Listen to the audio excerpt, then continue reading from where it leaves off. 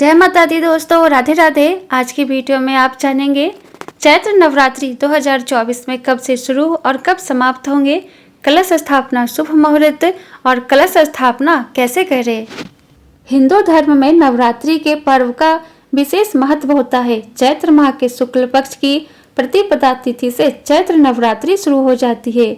नवरात्रि पर देवी दुर्गा का 9 अलग अलग स्वरूपों की विधि विधान के साथ पूजा अर्चना की जाती है। नवरात्रि के 9 दिनों तक लोग उपवास रखते हैं। साल भर में 4 नवरात्रि आती है, जिसमें से 2 गुप्त नवरात्रि, 1 शारदीय नवरात्रि और 1 चैत्र नवरात्रि होती है। तो आइए जानते हैं इस साल कब से चैत्र नवरात्रि शुरू हो रही है और कब समाप्त होगी। कलश स्थापना का शुभ मुहूर्त और कलश स्थापना कैसे करें।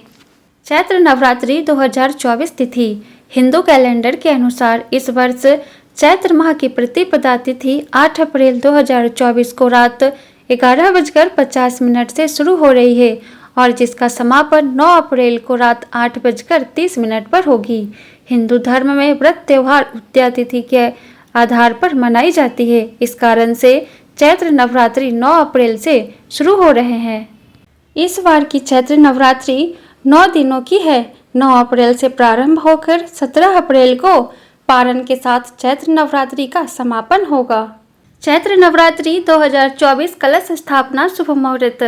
चैत्र नवरात्रि पर घट स्थापना, जिसे कलश स्थापना भी कहते हैं, शुभ मुहूर्त में करने का विधान होता है। 9 अप्रैल को घट स्थापना का मुहूर्त सुबह 6:11 से प्रारंभ होकर सुबह 10:23 तक रहेगा।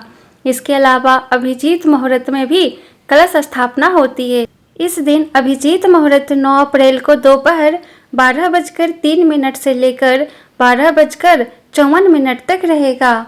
इस साल चैत्र नवरात्रि पर बन रहे हैं शुभ योग। चैत्र नवरात्रि पर 9 दिनों तक देवी शक्ति की उपासना होती है। हिंदी पंचांग के अनुसार इस बार चैत्र नवरात्रि पर बहुत अच्छा शुभ बन रहा है। 9 अप्रैल को अमृत सिद्धि और सर्वार्थ सिद्धि योग दोनों ही साथ पड़ रहे हैं। ये दोनों ही शुभ योग है। 9 अप्रैल को सुबह 7:32 से लेकर पूरे दिन तक रहेगा। ज्योतिष में इन योगों को बहुत शुभ माना गया है। कलश स्थापना विधि।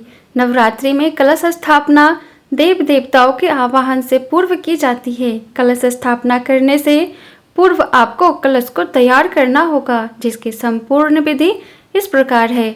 सबसे पहले मिट्टी के भरे पात्र में थोड़ी सी मिट्टी डालें और उसमें जवारे के बीज डाल दें। अब इस पात्र में दोबारा थोड़ी मिट्टी और डालें और फिर बीज डालें।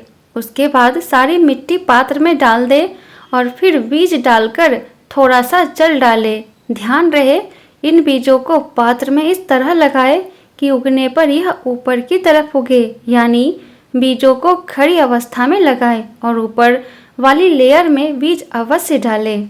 अब कलश और उस पात्र की गर्दन पर मौली बांध दे, साथ ही तिलक भी लगाए।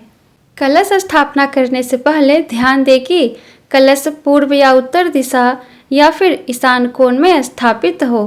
कलश स्थापना के लिए पूजा की चौकी पर लाल कपड़ा बिछाए और अक्षत अष्टदल बनाकर माँ दुर्गा की प्रतिमा विराजमान करें। इसके बाद कलश में पानी या गंगा जल, सिक्का, रौली, हल्दी, गांठ, दूर्वा, सुपारी डालकर कलश स्थापित करें।